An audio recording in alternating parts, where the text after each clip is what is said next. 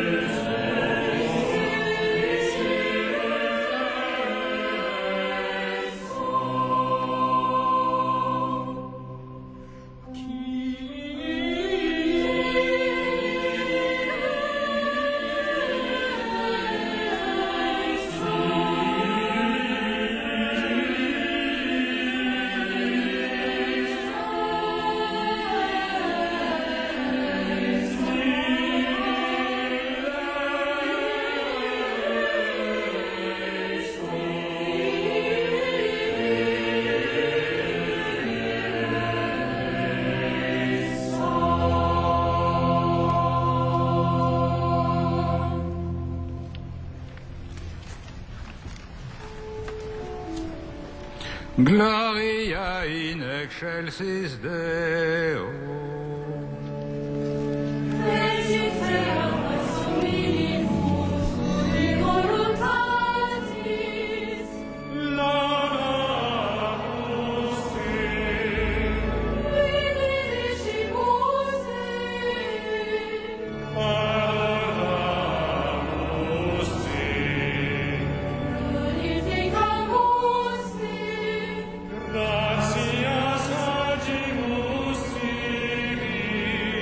Roter Mania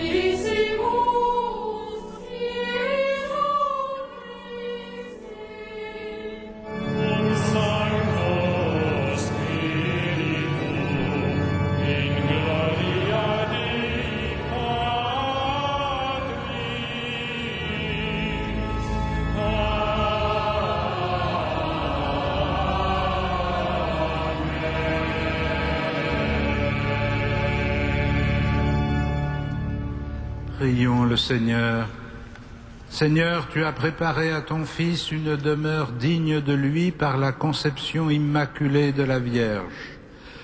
Puisque tu l'as protégé de tout péché par une grâce venant déjà de la mort de ton Fils, accorde-nous à l'intercession de cette Mère très pure de parvenir jusqu'à toi, purifier nous aussi de tout mal, par Jésus-Christ, ton Fils, notre Seigneur et notre Dieu, qui vit et règne avec toi dans la communion du Saint-Esprit, maintenant et pour les siècles des siècles.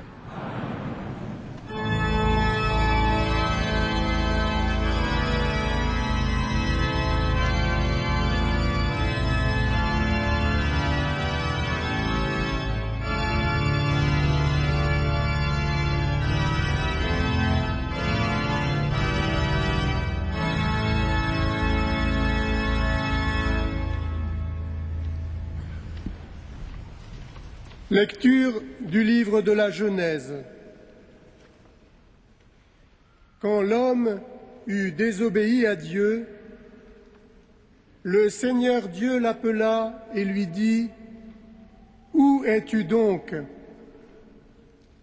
L'homme répondit : « Je t'ai entendu dans le jardin, j'ai pris peur parce que je suis nu et je me suis caché. » Le Seigneur reprit : « Qui donc t'a dit que tu étais nu ? Je t'avais interdit de manger du fruit de l'arbre, en aurais-tu mangé ? »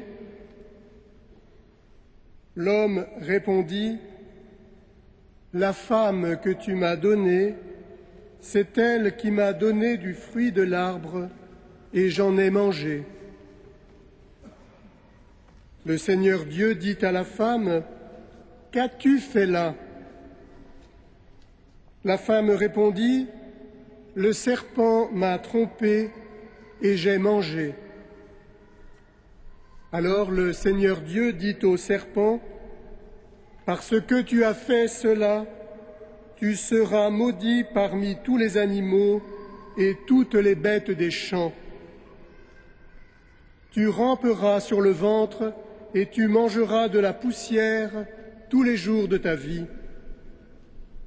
Je mettrai une hostilité entre la femme et toi, entre sa descendance et ta descendance. Sa descendance te meurtrira la tête, et toi, tu lui meurtriras le talon. » L'homme appela sa femme Ève, c'est-à-dire la vivante, parce qu'elle fut la mère de tous les vivants. Parole du Seigneur.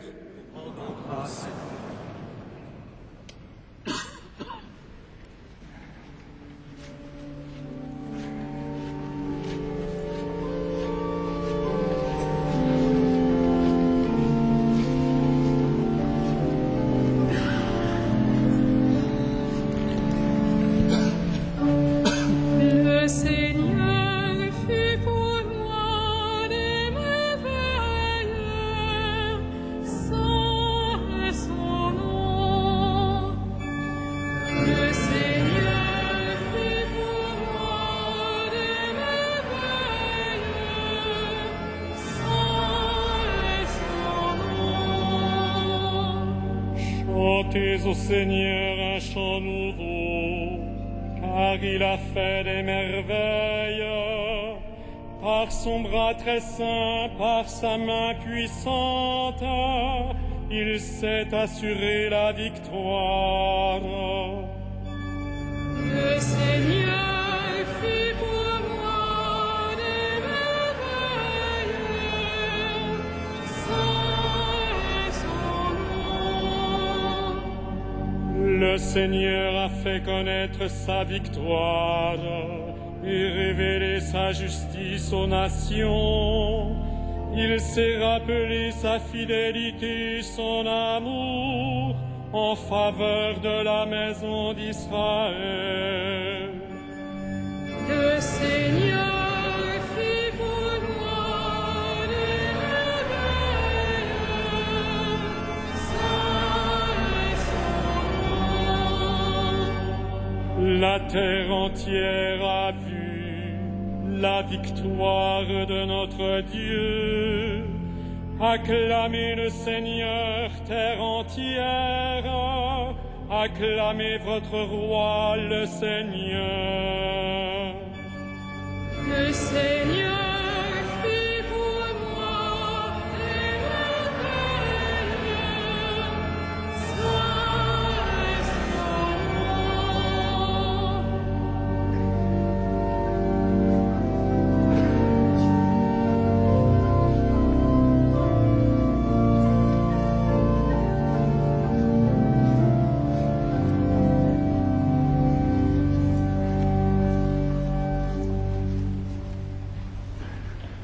Lecture de la lettre de saint Paul apôtre aux Éphésiens. Béni soit Dieu, le Père de notre Seigneur Jésus-Christ. Dans les cieux, il nous a comblés de sa bénédiction spirituelle en Jésus-Christ. En lui, il nous a choisis avant la création du monde pour que nous soyons dans l'amour saints et irréprochables sous son regard. Il nous a d'avance destinés à devenir pour lui des fils par Jésus-Christ. Voilà ce qu'il a voulu dans sa bienveillance, à la louange de sa gloire, de cette grâce dont il nous a comblés en son Fils bien-aimé. En lui, Dieu nous a d'avance destinés à devenir son peuple, car lui qui réalise tout ce qu'il a décidé, il a voulu que nous soyons ceux qui avaient espéré dans le Christ à la louange de sa gloire. Parole du Seigneur.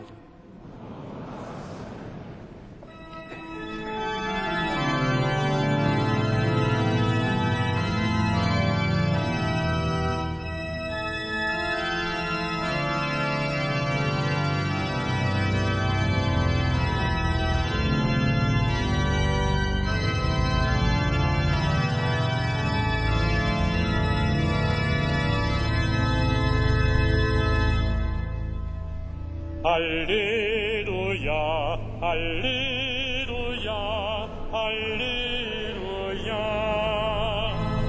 Alléluia, Alléluia, Alléluia. Réjouis-toi, Vierge Marie, comblée de grâce. Le Seigneur est avec toi. Tu es bénie entre les femmes. Alléluia, Alléluia, Alléluia.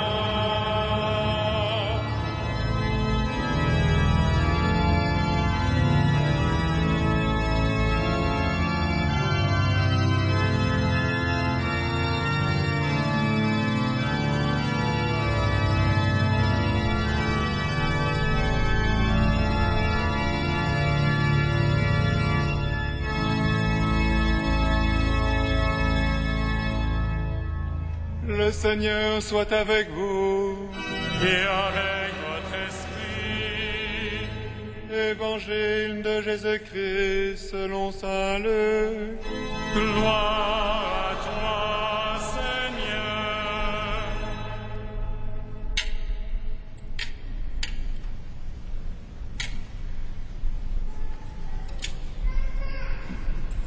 L'ange Gabriel fut envoyé par Dieu dans une ville de Galilée, appelée Nazareth, à une jeune fille, une vierge, accordée en mariage à un homme de la maison de David, appelé Joseph. Et le nom de la jeune fille était Marie. L'ange entra chez elle et dit : « Je te salue, comblée de grâce, le Seigneur est avec toi. » À cette parole, elle fut toute bouleversée, et elle se demandait ce que pouvait signifier cette salutation. L'ange lui dit alors : « Sois sans crainte, Marie, car tu as trouvé grâce auprès de Dieu. Voici que tu vas concevoir et enfanter un fils, et tu lui donneras le nom de Jésus. Il sera grand, il sera appelé Fils du Très-Haut. Le Seigneur Dieu lui donnera le trône de David son père. Il régnera pour toujours sur la maison de Jacob, et son règne n'aura pas de fin. Marie dit à l'ange, « Comment cela va-t-il se faire, puisque je suis vierge ?» L'ange lui répondit, « L'Esprit Saint viendra sur toi, et la puissance du Très-Haut te prendra sous son ombre. C'est pourquoi celui qui va naître sera saint, et il sera appelé Fils de Dieu. Et voici qu'Élisabeth, ta cousine, a conçu elle aussi un fils dans sa vieillesse, et elle en est à son 6e mois, alors qu'on l'appelait la femme stérile. Car rien n'est impossible à Dieu. » Marie dit alors, « Voici la servante du Seigneur, que tout se passe pour moi selon ta parole. » Alors l'ange la quitta. Acclamons la parole de Dieu. Louange à toi, Seigneur Jésus.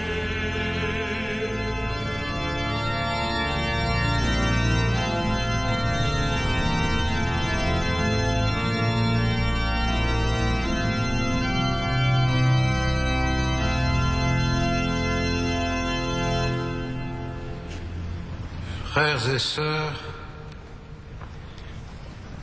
les lectures que nous venons d'entendre et qui marquent la célébration liturgique de l'Immaculée Conception nous invitent à prendre conscience d'un double mouvement qui traverse l'ensemble de l'histoire humaine. En effet, après que le serpent eut tenté Adam et Ève et qu'ils eussent désobéi à Dieu, l'ensemble de leur descendance qui constitue l'espèce humaine s'est trouvée prise dans une sorte de drame qui est évoqué par le livre de la Genèse que nous avons entendu, un combat permanent des origines jusqu'à la fin des temps. La liberté humaine doit se conquérir en dominant ce qui marque en nous la trace de la désobéissance initiale et qui entraîne notre personnalité blessée et handicapée à choisir plus souvent le mal qu'elle ne veut pas que le bien qu'elle veut. C'est ainsi que nous pouvons nous représenter la faiblesse qui caractérise l'existence humaine, qui est à la fois son handicap et sa grandeur, puisque c'est par le choix de sa liberté que l'homme est appelé à surmonter cette tendance naturelle à se détourner de Dieu. Ce dynamisme, même si dès le livre de la Genèse, Dieu annonce qu'il le vaincra et que l'espèce humaine, ultimement, dominera le serpent, cette histoire dramatique marque toute la révélation judéo-chrétienne. Comment pouvons-nous espérer échapper à cette malédiction?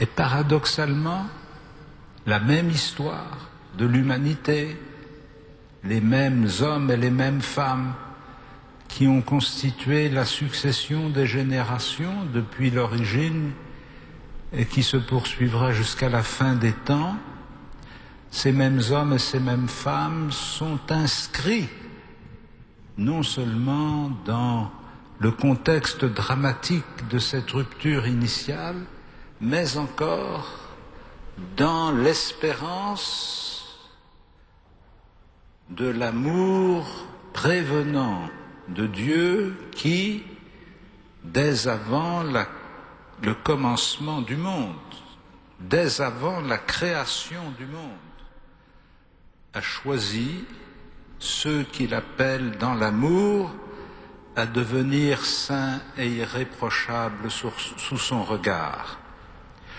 Nous comprenons très bien, ou du moins nous entrevoyons, nous soupçonnons très bien comment ces deux courants qui concernent les mêmes gens, qui habitent les mêmes cœurs, qui traversent les mêmes libertés, ont pu donner lieu à des interprétations très souvent excessives.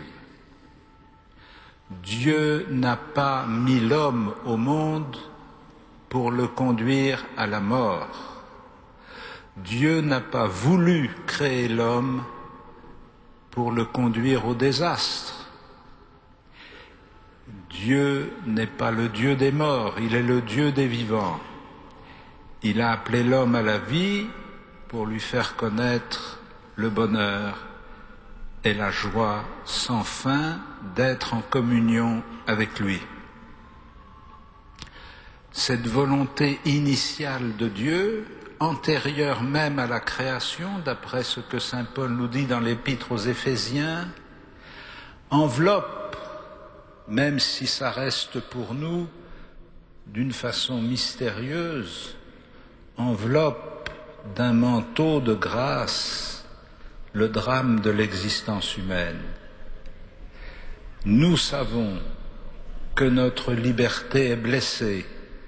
Nous savons que le choix d'entrer en communion avec Dieu et de demeurer fidèle à cette communion est toujours pour nous un combat sans cesse renouvelé.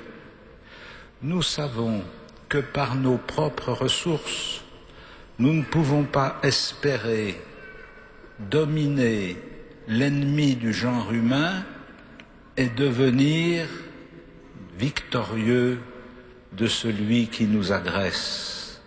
Nous savons que nous sommes marqués par cette rupture originelle, mais nous savons aussi que l'amour de Dieu, antérieur à cette rupture, ne s'est pas démenti après la rupture.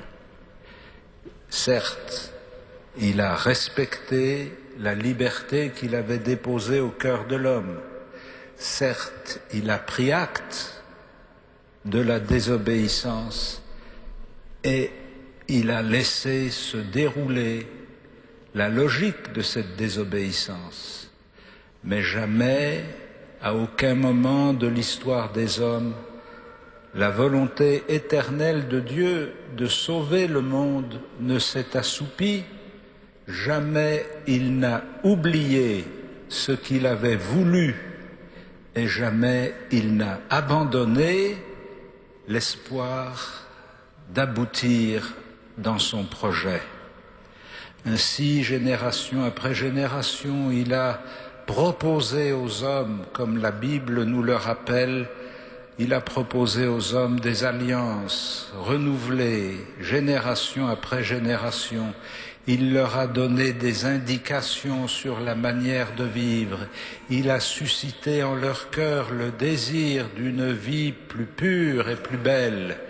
Il a soutenu à bout de bras, à travers les dégâts que le péché provoque dans l'histoire des hommes, il a soutenu à bout de bras l'espérance que rien n'est perdu définitivement.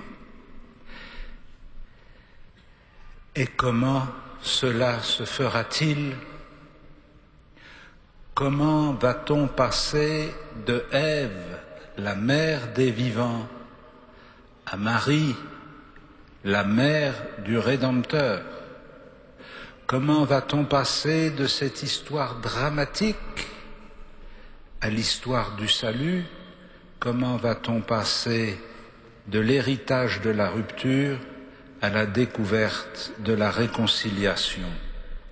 Dès avant la création du monde, il a tout disposé pour que les choses s'accomplissent selon sa volonté, et quand les temps ont été venus, il a suscité cette femme, préservée de la rupture originelle, pour que sa liberté soit intacte et plénière, et qu'elle puisse totalement adhérer à l'appel de Dieu, qu'il me soit fait selon ta parole. À partir de ce moment-là, le basculement de l'histoire des hommes, de sa phase dramatique à sa phase salvifique, a été opéré. À partir de ce jour-là, le salut n'a plus été seulement une nostalgie ou une utopie, c'est devenu une réalité de l'histoire en la personne de Jésus de Nazareth. Oui, c'est une grâce exceptionnelle qui a été confiée à la Vierge Marie de pouvoir accueillir l'appel de Dieu et y répondre. Et c'est notre grâce, non pas de partager son immunité, mais d'entrer grâce à elle dans l'adhésion la plus grande possible à l'appel de Dieu, dans l'offrande la plus totale possible de nos forces et de nos moyens, pour qu'aujourd'hui encore le Christ soit annoncé, accueilli et célébré dans cette humanité. Frères et sœurs, rendons grâce à Dieu qui nous entraîne par la puissance de cet amour éternel qu'il porte à l'humanité dans le temps. Rendons grâce à Dieu qui nous entraîne dans l'histoire du salut. Oui, le serpent a mordu la femme au talon, il a blessé l'humanité, mais par la grâce de Dieu, l'humanité se dresse, sauvée et victorieuse. Amen.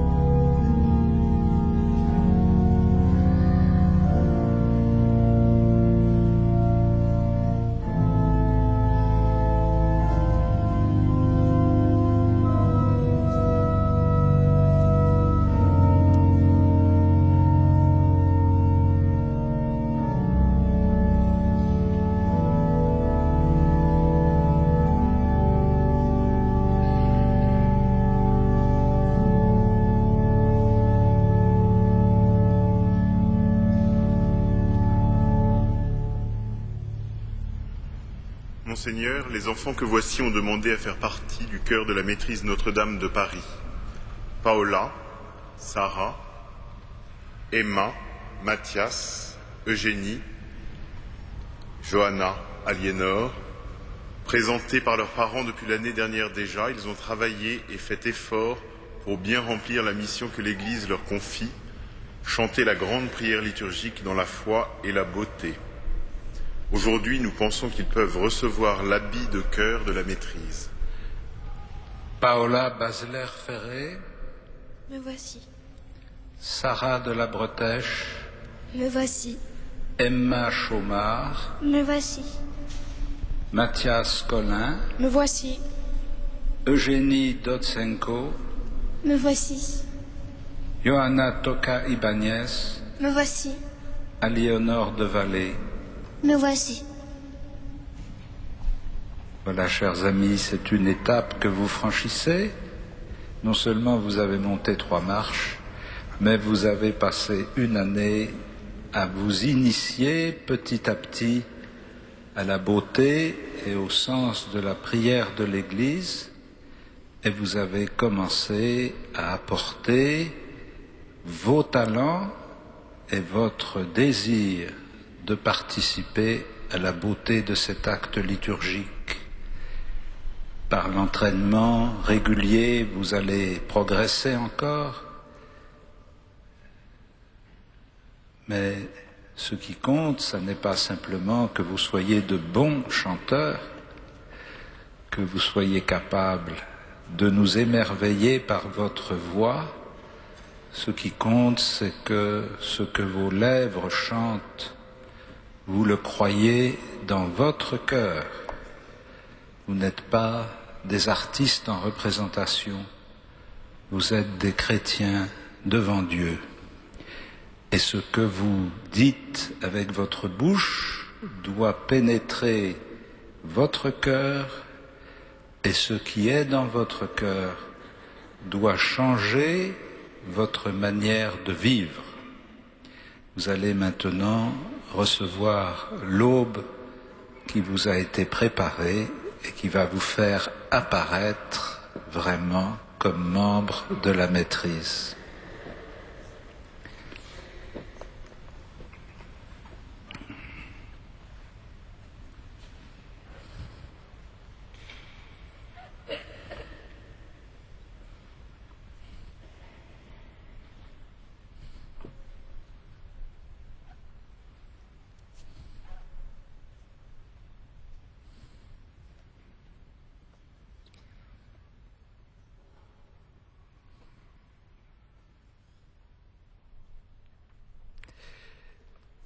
Et maintenant, frères et sœurs, nous demandons à Dieu de faire descendre sa bénédiction sur ses enfants. Seigneur Jésus, Fils du Dieu vivant, toi qui as voulu naître parmi nous, toi qui as connu les joies de l'enfance et l'enthousiasme de la jeunesse, toi qui as marqué de ta prédilection les jeunes en bénissant ceux qui venaient à toi, répands sur ces enfants ta bénédiction, bénis la foi et la piété de leurs parents. Fais qu'à ton exemple ils grandissent en grâce et en sagesse, garde-les à ton service dans la simplicité de leur cœur, qu'ils fassent rayonner autour d'eux la joie et l'amitié, qu'ils soient de vrais témoins dans toute leur vie, et qu'après avoir été fidèles à tes commandements, ils chantent enfin ta louange dans la gloire éternelle. Amen. Voilà, alors maintenant vous allez rejoindre le chœur, parce que nous avons besoin de vous.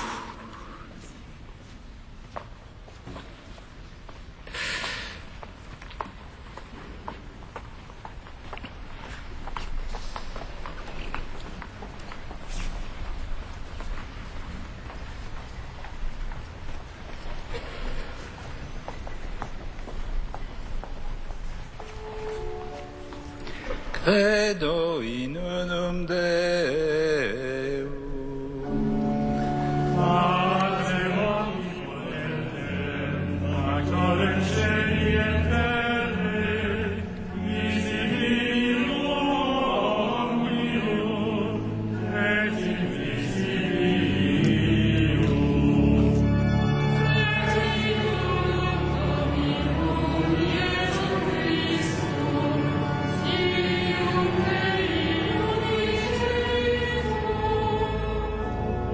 Ex Pater natum, ante omnia saecula.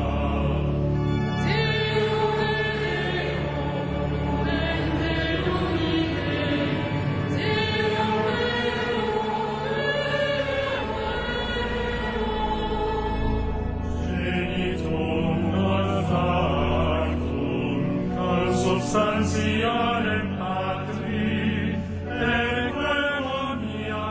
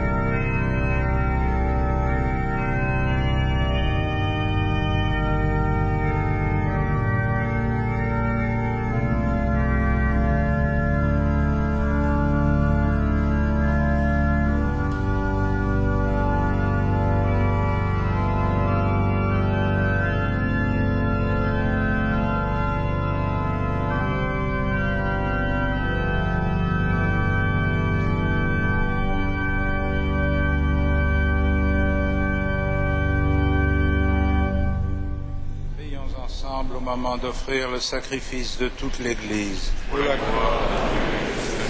Seigneur, accueille le sacrifice du salut que nous t'offrons en ce jour où nous célébrons la conception immaculée de Marie, puisque nous reconnaissons que la prévenance de ta grâce l'a préservée de tout péché.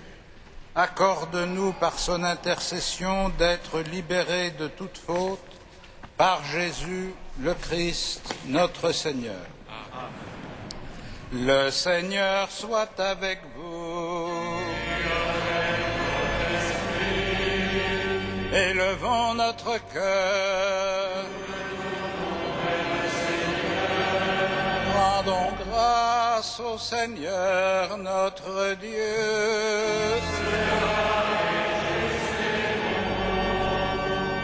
Vraiment, il est juste et bon de te rendre gloire, de t'offrir notre action de grâce toujours et en tout lieu. À toi, Père très saint, Dieu éternel et tout-puissant, car tu as préservé la Vierge Marie de toutes les séquelles du premier péché, et tu l'as comblée de grâce pour préparer à ton Fils une mère vraiment digne de lui. En elle, tu préfigurais l'Église, la fiancée sans rides, sans tache, resplendissante de beauté. Cette Vierge pure devait nous donner le Sauveur, l'agneau immaculé qui enlève nos fautes. Choisie entre toutes les femmes, elle intervient en faveur de ton peuple et demeure pour lui l'idéal de la sainteté. C'est pourquoi, avec tous les anges du ciel, pleins de joie, nous te chantons.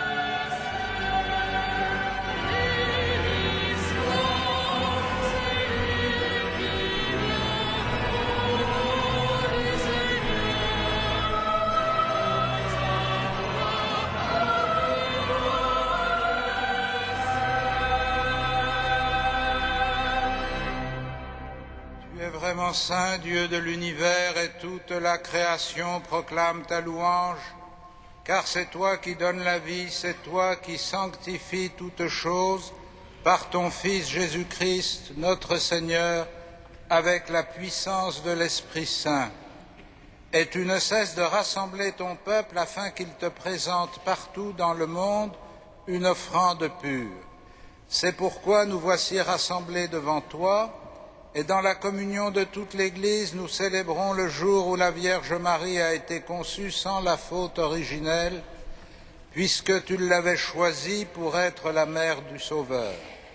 Par lui qui a enlevé le péché du monde, Dieu Tout-Puissant, nous te supplions de consacrer toi-même les offrandes que nous apportons. Sanctifie-les par ton Esprit, pour qu'elles deviennent le corps et le sang de ton Fils, Jésus-Christ notre Seigneur, qui nous a dit de célébrer ce mystère.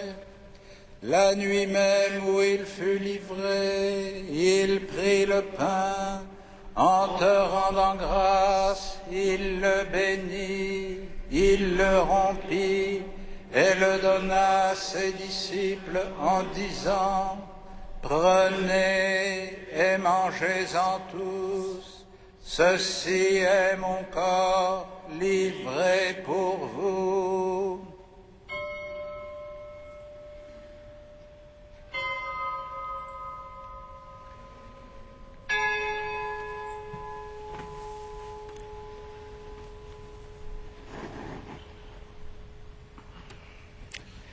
De même, à la fin du repas, il prit la coupe. En te rendant grâce, il la bénit et la donna à ses disciples en disant: Prenez et buvez-en tous, car ceci est la coupe de mon sang, le sang de l'alliance nouvelle et éternelle, qui sera versé pour vous et pour la multitude en rémission des péchés. Vous ferez cela en mémoire de moi.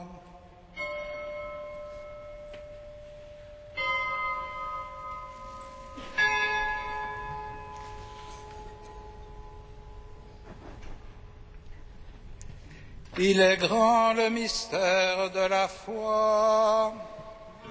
Nous proclamons ta mort, Seigneur Jésus. Nous célébrons ta résurrection. Nous attendons ta venue dans la gloire. En faisant mémoire de ton Fils, de sa passion qui nous sauve, de sa glorieuse résurrection et de son ascension dans le ciel, alors que nous attendons son dernier avènement, nous présentons cette offrande vivante et sainte pour te rendre grâce.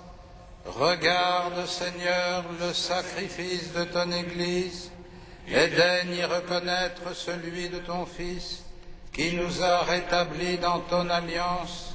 Quand nous serons nourris de son corps et de son sang et remplis de l'Esprit Saint, accorde-nous d'être un seul corps et un seul esprit dans le Christ.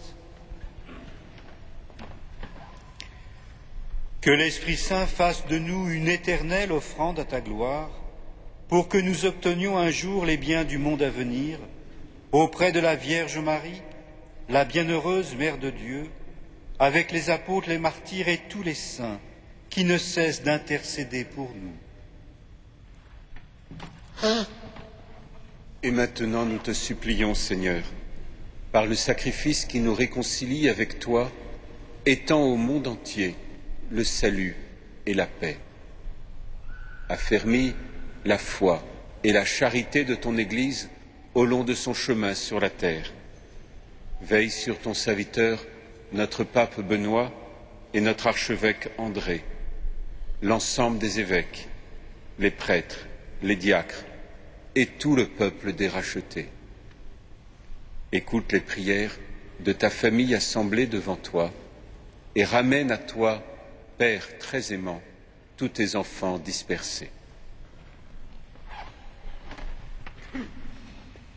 Pour nos frères défunts, pour les hommes qui ont quitté ce monde et dont tu connais la droiture, nous te prions.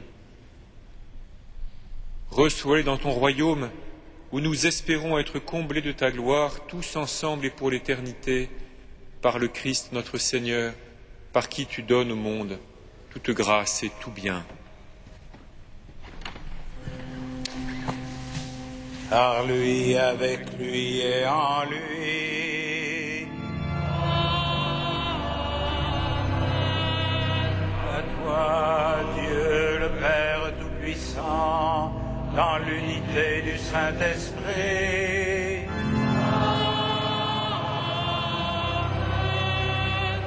Tout honneur et toute gloire pour les siècles des siècles.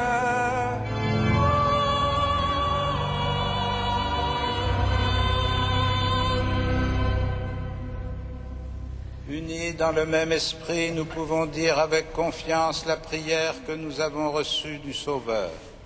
Notre Père, qui es aux cieux, que ton nom soit sanctifié, que ton règne vienne, que ta volonté soit faite sur la terre comme au ciel.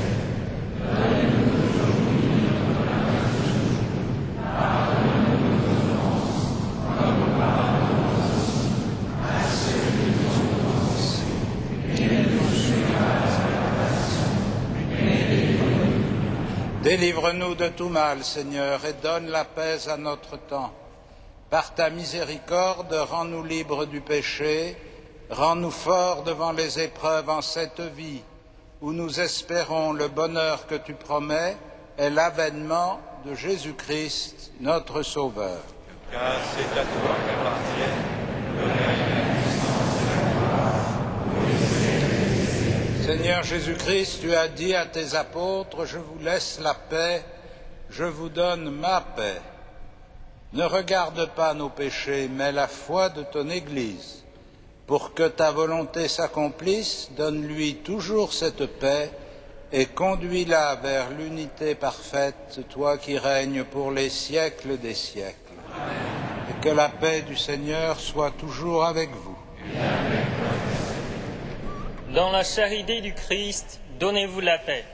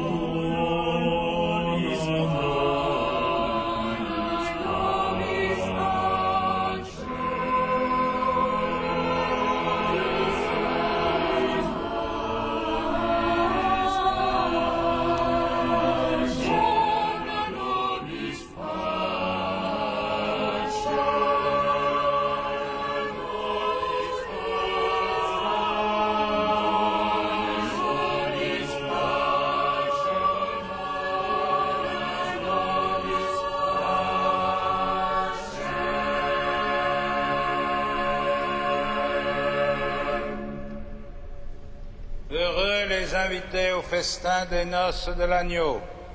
Voici l'agneau de Dieu qui enlève le péché du monde.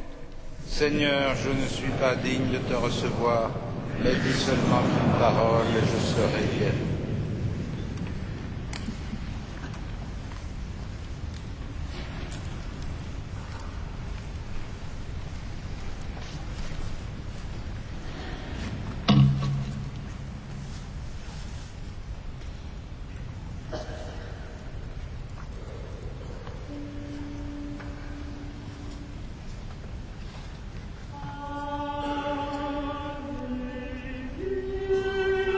Alleluia.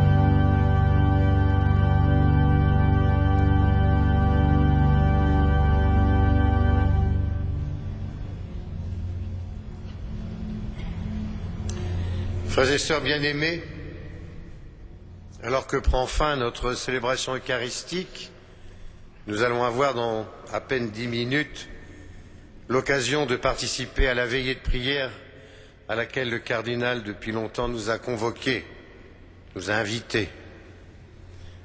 La plupart d'entre vous, je le pense, vont rester sur place. Celles et ceux qui doivent partir sont invités à le faire assez rapidement pour permettre à celles et ceux qui se joignent à nous pour la veillée de bien entrer pour gagner les chaises disponibles et même dans les allées latérales en s'asseyant par terre si besoin est. Tout est fait pour vous accueillir, même si la cathédrale est limitée, mais pleine ce soir. D'autre part, la procession passera par le bas des marches, mais en revanche, pour l'entrée de la veillée, tout le monde participera, tous les clercs, les séminaristes, les prêtres, les chevaliers participeront à la grande procession d'entrée par dehors et par le parvis. Nous pouvons nous mettre debout pour terminer notre prière.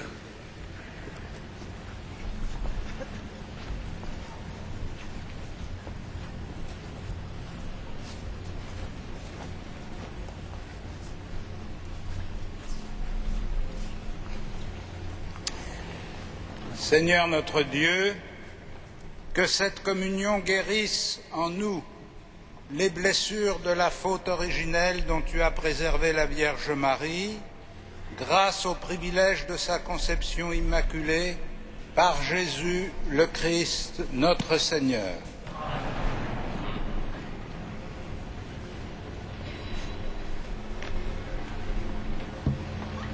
Le Seigneur soit avec vous. Que Dieu Tout-Puissant vous bénisse, le Père, le Fils et le Saint-Esprit. Allez dans la paix du Christ. Nous rendons grâce à Dieu.